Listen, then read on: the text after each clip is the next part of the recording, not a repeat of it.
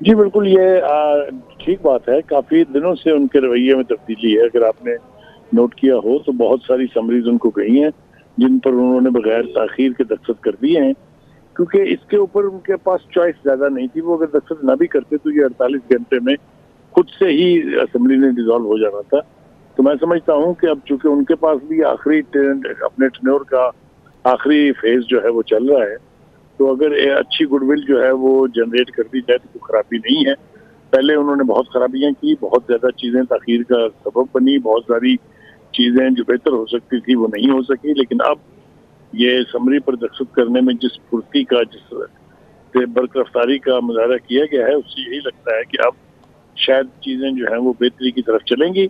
उनके दस्तखत कर देने के बाद यकीनी तौर पर 48 घंटे के अंदर अंदर ये डिसॉल्व हो जाएगी और इंटरिम गवर्नमेंट जो है उसका सेटअप जो है वो आ जाएगा सामने। मेरे ख्याल से अब फौरी तौर पर प्राइम मिनिस्टर साहब के ऊपर ये इनकम्बेंट है कि वो लीडर ऑफ द अपोजिशन के साथ मुशावरत करके फिलफौर जो है वो किसी एक नाम पर हतमी तौर पर इत्तफाक कर ले कि कौन निगरान वज़ीर आज़म होगा, क्योंकि अगर उनके बीच इत्तफाक नहीं होता तो फिर ये मामला पंजाब ही की तरह से इलेक्शन कमीशन के पास चला जाएगा और दोनों तरफ के नाम भी चले जाएंगे। फिर जिसको इलेक्शन कमीशन चाहेगा उसका ऐलान कर दिया जाएगा।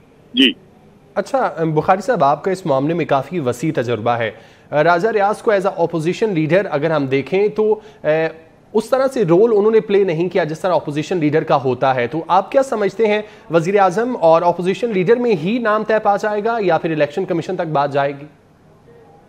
देखिए, जिस तरह वोटर के पास एक दिन होता है ना अपनी ताकत मनवाने का, जिस दिन इलेक्शन होता है 5 साल में एक ही दफा उसको मौका मिलता है, इसी तरह से लीडर ऑफ द अपोजिशन, चाहे उसका कद बहुत बड़ा हो चाहे छोटा हो, चाहे उसके पीछे बेपनाह एमएनएज हो चाहे मुख्तलिफ तादाद हो, वो इस तरह के मौकों के ऊपर ही उसको अपनी अहमियत जताने या साबित करने का मौका मिलता है। आपने देखा 2 दिन से हम ये देख रहे हैं कि लीडर ऑफ द अपोजिशन की तरफ से कहा जा रहा है कि मेरे पास वक्त नहीं है, मैं मसरूफ हूँ।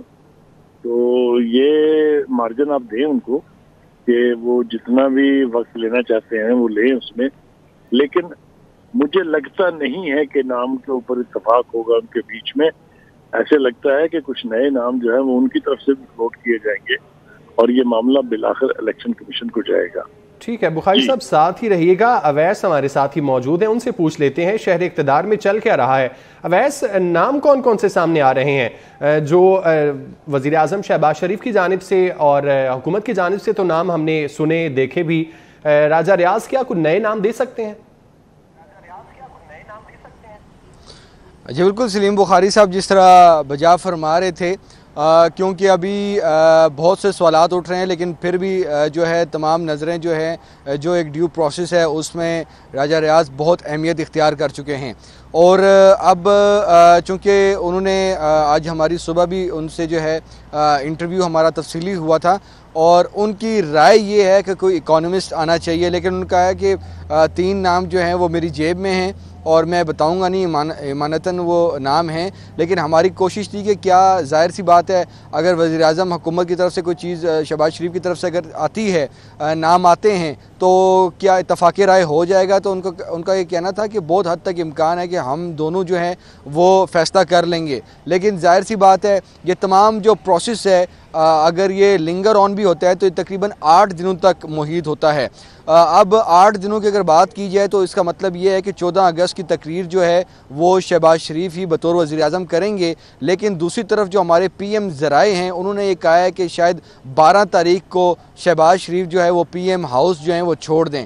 और इसी सिलसिले में जब हमारी राजा रियाज से भी थोड़ी बहुत बात हुई थी तो उन्होंने कहा कि 14 अगस्त से पहले ही जो निगरान जो वज़ीर आज़म है वो हलफ ले लेंगे। तो ये कह तो रहे हैं ये चीज़, लेकिन अब मामला पार्लिमानी कमेटी से अगर हम नामों की बात करें तो हफीज शेख का नाम था, शाहिद खान अब्बासी था, आज तो जलील अब्बास जिलानी का नाम भी सामने आता रहा। कौन कौन से नाम है जिनकी बाज़गश्त चल रही है? जी बिल्कुल, जलील अब्बास जिलानी साहब की तो आप जो नाम ले रहे हैं ये इस्लामाबाद के पावर कॉरिडोर्स में यहाँ तक बात गई कि PM के साथ इनकी मुलाकात भी करवा दी गई।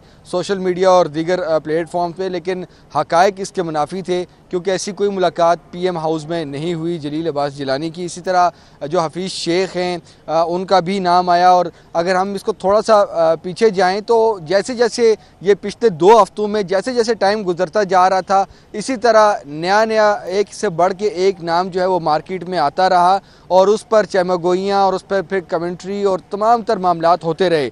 लेकिन अवैस साथ ही रहिएगा। बुखारी साहब, ये जो नाम गर्दिश कर रहे हैं हफीज शेख, शाहिद खान अब्बासी, कामरान टेसोरी, सिराजुल हक, और सबसे अहम जो आज नाम जेरे गर्दिश करता रहा वो जलील अब्बास जिलानी का, साथ ही साथ तसद्दुक हुसैन जिलानी का भी था। आप क्या समझते हैं इनमें से कौन सा नाम ज्यादा पावरफुल है, किसका नाम आ सकता है निगरान वजीर आजम के लिए? देखिए, पहली बात तो ये है कि जो अवैस कह रहे हैं वो चूंकि वहाँ हॉटलाइन में बैठे हुए हैं जहाँ ये सब कुछ हो रहा है, इसलिए मैं ज्यादातर उनकी इंफॉर्मेशन पर ही इन्हिसार करूंगा। लेकिन जो मेरे पास 1-2 इतलात हैं वो मैं शेयर कर लेता हूँ आपके साथ। पहली बात तो ये है कि जो अक्सरियत है नामों की जिनका जिक्र हो रहा है, ये अल्टीमेटली निगरान काबीना के वजीर बन जाएंगे। ये बहुत सारे नाम ऐसे हैं जिनमें प्राइम मिनिस्टर का पोटेंशियल नहीं है, लेकिन वो नाम लिए जा रहे हैं और उसका मैंने बताया कि यही हल होगा कि बहुत सारे नाम उसमें से निगरान काबीना के रुकन बन जाएंगे। देखिए, मैं राजा रियाज के हवाले से बात करना चाहता हूँ। कुछ ऐसा एक नाम उधर से ट्विस्ट हो सकता है जिसके बारे में अभी किसी ने सोचा ही नहीं है। अगर आप याद करें तो ख्वाजा आसिफ साहब ने कहा कि ये भी हो सकता है कि ऐसा नाम सामने आ जाए जिस पर सभी हैरान रह जाएं। तो ये इम्कान भी अपनी जगह मौजूद है। और अगर एस्टेब्लिशमेंट की तरफ से किसी नाम का ट्राई किया जाना है, ये मैं बहुत जिम्मेदारी के साथ आपको कह रहा हूँ, तो उसका इजहार भी हमें राजा रियाज की ज़बानी मिलेगा। जहाँ तक अब्बास जिलानी के साहब का ताल्लुक है और तसद्दुक हुसैन जिलानी साहब का ताल्लुक है, ये दोनों पीपल्स पार्टी के उम्मीदवार हैं और पीपल्स पार्टी चूंकि एक बड़ी स्टेक होल्डर है, इसलिए उन नामों में थोड़ा वजन आपको लगेगा कि वो पॉसिबल हो सकता है कि उनमें से कोई निगरान वजीर आजम बन जाए। लेकिन इसी तरह के नाम जो हैं वो नून लीग के पास भी हैं और दीगर पार्टियों ने भी अपने अपने नाम जो हैं वो यानी फाइनल किए हुए हैं। राजा रियाज साहब भी कह चुके हैं उनके नाम भी 3 फाइनल है। इसका मतलब ये हुआ कि राजा साहब ये इशारा दे रहे हैं कि मेरे पास जो नाम है वो भी अहम है। और जैसा मैंने कहा कि अगर इकोनॉमिस्ट ही बनना है तो बहुत सारे नाम ऐसे टॉय हुए जिनका ये समझ नहीं आ रही थी कि आए कहाँ से। उनमें से एक नाम इसहाक डार साहब का है। नून लीग कहती है हमने नहीं दिया था वो नाम, तो फिर वो आया कहाँ से था? तो जिस तरफ से आ सकता है उस तरफ से अगर कोई नाम आएगा तो वो यकीनन राजा रियाज की कर्टसी ही हम तक पहुंचेगा।